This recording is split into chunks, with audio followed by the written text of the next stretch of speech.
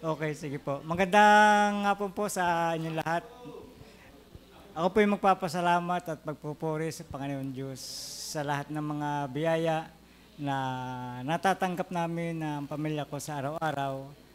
At ganun din po sa buhay na pinahiram niya sa aking asawa, sa aking mga anak. Salamat po doon po sa blessing na yun ay ako talaga nagpapasalamat sa Panginoon Diyos.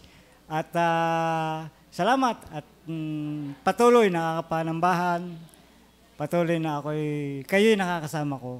Sapagkat malungkot din po ako para sa akin na kayo'y minsan ay hindi ko nakakasama, bagamat hindi na iwasan pagkakataon ay talagang napakahirap. Kaya nagpapasalamat po ako sa Panginoon sa binibigay niya sa akin kalakasan at karunungan. Yun po ay talagang labis na pasasalamat ko sa Kanya. Hindi ko na nga po malaman kung paano ang gagawing pasasalamat.